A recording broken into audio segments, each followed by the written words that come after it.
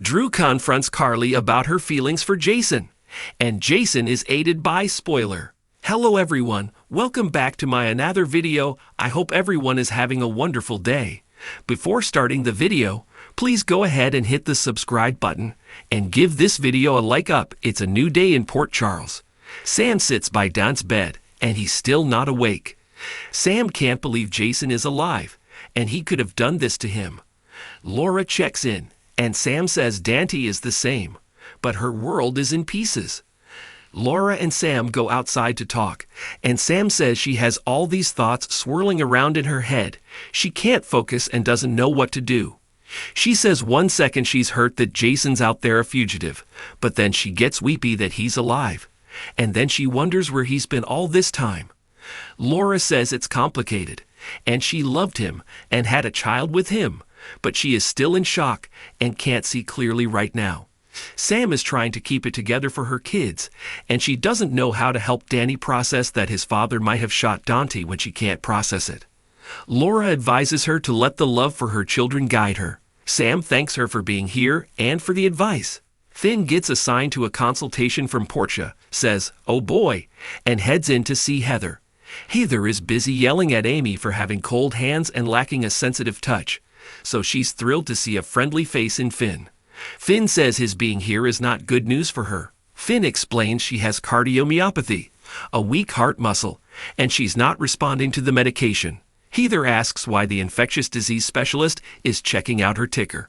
Finn says he's been asked to rule out anything else since the cardiologists found nothing to indicate the cause of this. Heather complains she's in pain and distraught, and she can't concentrate on what he's saying. She asks if she can see her grandson, who was brought in sick last night. Finn can't just take her to see another patient. She cries she's worried sick about him. Finn says if she cooperates with him, he'll find out what he can for her. She tells him aside from the pain in her hip, she's been bloated for a few months. She also has had ringing in her ears and brittle nails. She asks if Finn can find out what is going on with her grandson now. Laura arrives and tells Finn she needs a moment alone with Heather, so he departs. Laura closes the door and the blinds and tells her that Ace is fine and has an ear infection. Heather doubts her grandson is fine given Cyrus and Ryan's twin are in his life, and that's not good for his childhood development. Heather wonders what her reason for dropping in is, if not to apologize for clocking her on her head. Laura says she's here to discuss Pentonville, and she is soon to be someone else's problem.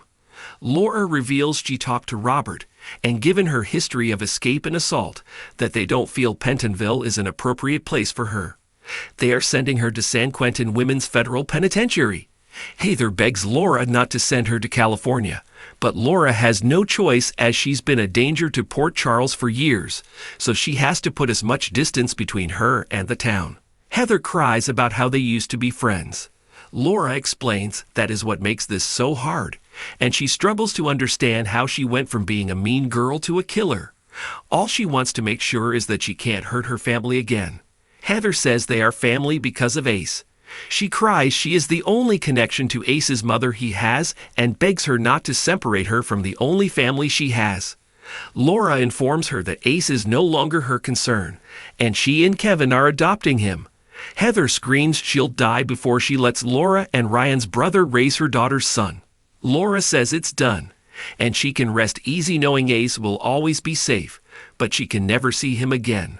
Laura walks out leaving Heather in shock. In an elevator, Christina and Molly talk about Sam, and the fact that Jason may be the one who shot Dante.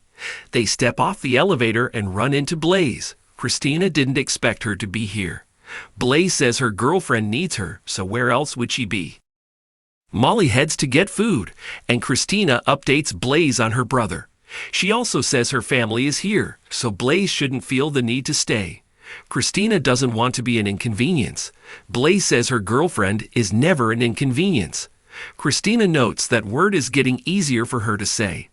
Blaze wishes she could reschedule her morning to be with her, but she has to deal with her mom. She invited her to breakfast this morning.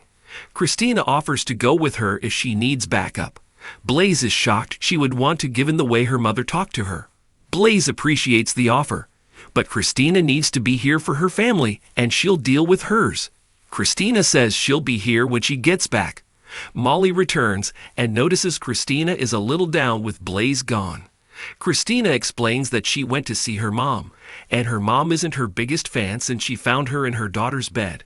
She fills her in on what went down, and that maybe her mom calling her to talk is a good sign. Molly hopes she's right. Christina knows her sister is thinking she's being too optimistic, and Allie is being set up to fall, which will be bad for her, and bad for the baby's health. Molly says she hasn't said anything like that, and not to assume she's always judging her, because she's not. Molly says they got in this together, and they love and trust one another, and that trust extends to Blaze. Michael arrives and finds Sam sitting alone and processing her thoughts and feelings. She invites him to sit with her, and they talk about the possibility that Dante was shot by Jason. Sam says they won't know what happened until Dante wakes up. Michael calls what she and Dante have special. They are both friends and partners, and that their love is powerful. Thanks for watching this video. Please subscribe to our YouTube channel, General Hospital Update, and stay with us.